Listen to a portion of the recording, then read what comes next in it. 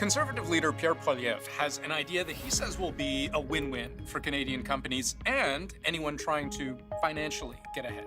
I will bring home the Canada First TFSA top-up. The promise, an extra $5,000 in contribution room for your TFSA, your tax-free savings account, as long as you invest it in Canadian companies. So instead of investing $7,000 a year tax-free, you can invest $12,000. And this drives a whole wave of change within the Canadian economy. You will be allowed to contribute another $5,000 every single year, as long as that money is invested in Canadian companies. But while the promise to Canadian business is big, very big, this will bring billions of dollars of investment into Canadian companies who will then spend it on factories, equipment, tools, wages, and making our economy self-reliant and strong. there is a lot he's leaving out, and I'll show you what that is. Now, only about half of Canadians even have a TFSA to begin with, so likely not everybody understands how they work. They're basically just a type of account you open where you can save, buy individual stocks, mutual funds, whatever. And whatever growth you see in that account, you're never taxed on.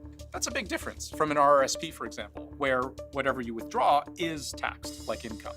But the catch with a TFSA is that there's a ceiling on how much additional money you can keep pumping into that account each year. In 2025, that's $7,000 annually. So if you wanted to figure out how big an impact Poilievre's plan to increase that $7,000 ceiling would have, you'd have to know a few things, right? Like how many people have a TFSA right now? According to the CRA's latest number, it was about 18 million people at last count.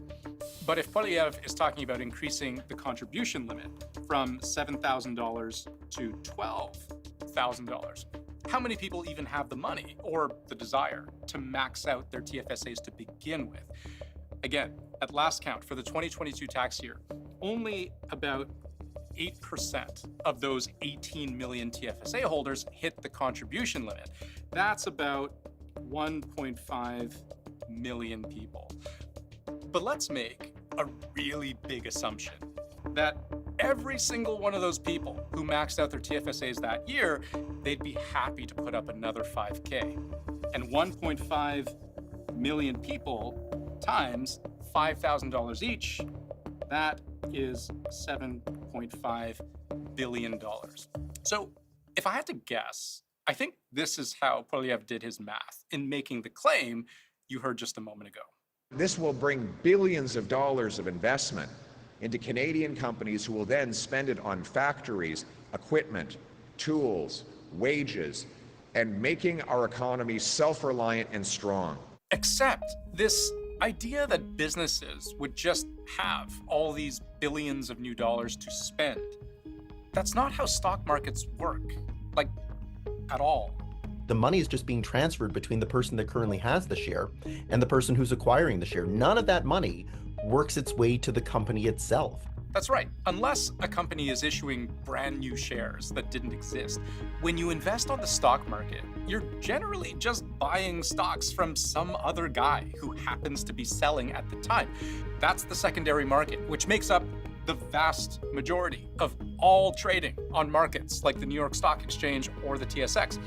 It's like if I buy a couch from IKEA and then sell it on Craigslist. IKEA doesn't see any of that.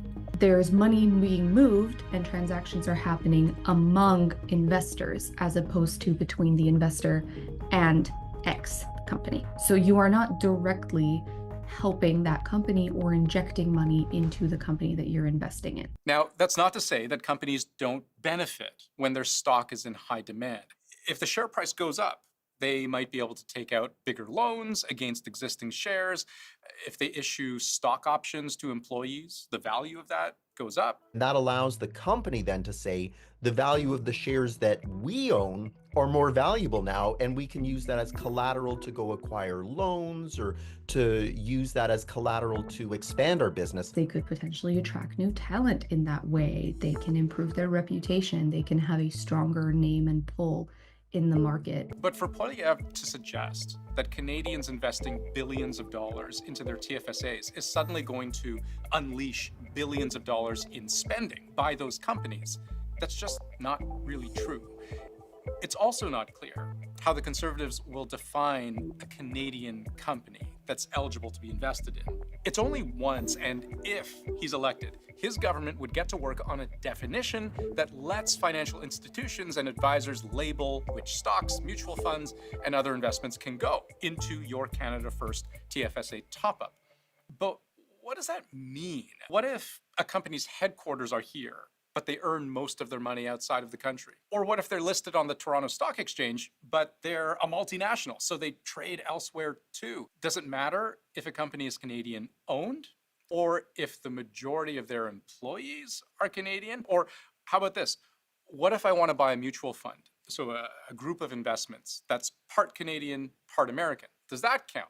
However wide or narrow this criterion ends up being will have a big impact on how much money actually gets pumped into the Canadian economy. But let's switch gears, because for some people, the real headline here isn't about all of that. It's more about just getting the extra TFSA contribution room, right? More money for you, less money for the government. From the perspective of somebody who directly works with the average Canadian, that sounds fantastic. But you think about it for a second longer, and then you realize, who is this actually going to help? Pierre Poilievre is making an appeal to the voters' sense of patriotism to make this plan work. It's time to put Canada first for a change. Instead of rewarding elites who take jobs abroad, we need to reward patriotic Canadians who bring their investment home. But what's best for Canada isn't necessarily what's best for investors financially, and our experts can help make that point. If you're telling me that certain assets, whether it's by nationality or by class, are off limits to me, then there's a good chance that I'm going to get a lower return than I otherwise would. In a sense, my capital is going towards the less efficient option, which is less good. Yeah, because the reality is the Canadian market just doesn't perform as well as the American market. I'll show you one example. XIC is a popular ETF, just kind of like a basket of investments, which is made up of Canadian companies listed on the Toronto Stock Exchange. Its average annual return over 10 years, about 8.5%. But compare that to VFV, which is another ETF which tracks the S&P 500. So the top companies in the US market, and its annual return, averaged over 10 years, is more than 14%. Which means if you had put $10,000 into XIC a decade ago, you'd have more than $22,000 today.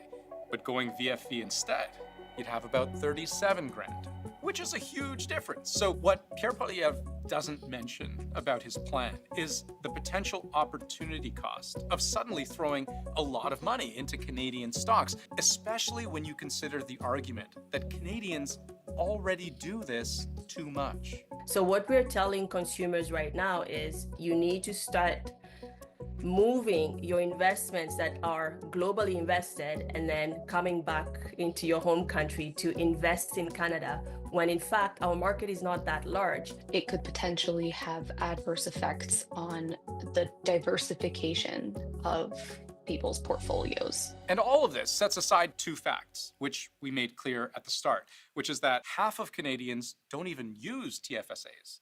There's lots of reports out there that say that the average Canadian doesn't even have $500 laying around for an emergency.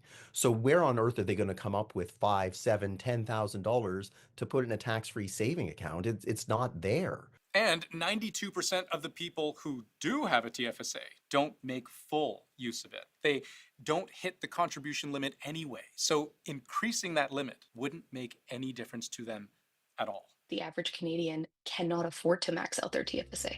They just don't. Hardly anybody makes enough money. So where does this land us? Increasing the TFSA limit, good, if you can make use of it. Because if you were one of the very few Canadians who maxed out their TFSAs since the start in 2009, at a very conservative 6% rate of return, you'd have transformed roughly $100,000 into almost $160,000, all tax-free.